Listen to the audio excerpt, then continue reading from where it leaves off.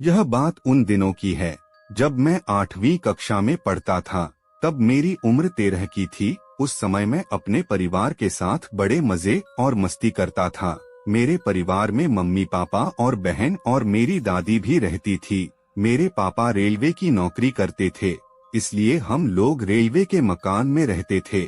जब मेरे पापा रिटायर हुए तो हम लोग एक बड़े बंगले में रहने चले गए। उस बंगले में मैं बहुत खुश था, क्योंकि मैं पहले से सोच रहा था कि हमारा खुद का बड़ा घर हो।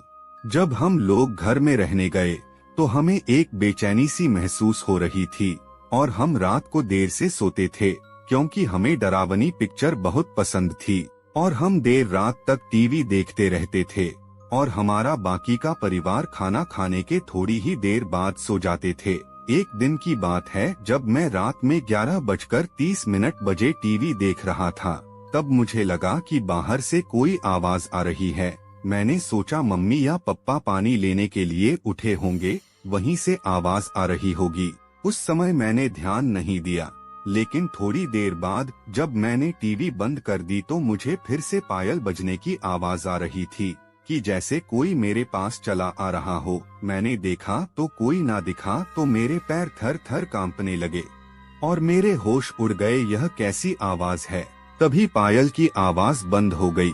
थोड़ी देर बाद आवाज फिर से आने लगी तो मेरा दिल जोर जोर से धड़कने लगा, मानो मेरा दिल बाहर आ जाएगा। मैंने सोचा कि मैं यह बात सबको बताता हूँ। जब मैं हिम्मत जुटा के दरवाजा खोला तो मुझे वह मेरे पास बजने लगा, लेकिन वहाँ पर कोई ना दिखा। तो मैं किसी तरह मम्मी के कमरे में पहुँचा और सारी बातें उन मम्मी पापा को बता दी। मेरे पापा मानने को तैयार नहीं थे कि मैं सच बोल रहा हूँ, क्योंकि उनको जोर से नींद आ रही थी और वह थोड़े नींद में भी थे। यहाँ तक कि कोई ने मेरी बातों पर ध्यान ही नहीं दिया। तो मैंने सोचा कि आज रात मैं मम्मी पापा के साथ ही सो जाता हूँ। ऐसा करते करते करीब 8 या 9 दिन बीत गए। तभी वह आवाज फिर से आने लगी, लेकिन वह मेरे सिवाय किसी और को सुनाई ही नहीं दे रही थी। और अब तो वह आवाज चाहे जब आने लगी, लेकिन मेरे साथ कुछ गलत नहीं हुआ और मेरे पापा ने वह बंगला ही बदल दिया और हम लोग फ्लैट में रहने चले गए। हमारे बाद उस बंगले में हमारे जान पहचान वाले लोग रहने आ गए। उनका छोटा बेटा हमारा बड़ा अच्छा मित्र था। एक बार वह हमसे मिलने हमारे घर आया और हमसे पूछने लगा कि एक बात मैं तुमसे पूछ रहा हूँ, सच सच बताना कि उस घर में कभी तुमने किसी के चलने या फिर पायल बजने की आवाज सुनी थी।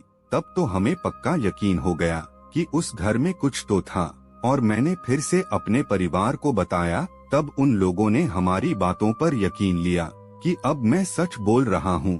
और जो लोग वहाँ पर रह रहे थे, उन लोगों ने उस घर में पूजा पाठ कराया तो पता चला कि यहाँ पर 7 औरतों ने एक साथ फांसी लगा ली थी और यह उन्हीं की आत्मा थी। आज मैं करीब 70 साल का हो गया, फिर भी उस घर में जाने से मेरे रोंगटे खड़े हो जाते हैं और उस घर की बात सुनकर मैं आज भी बहुत डर जाता हूँ।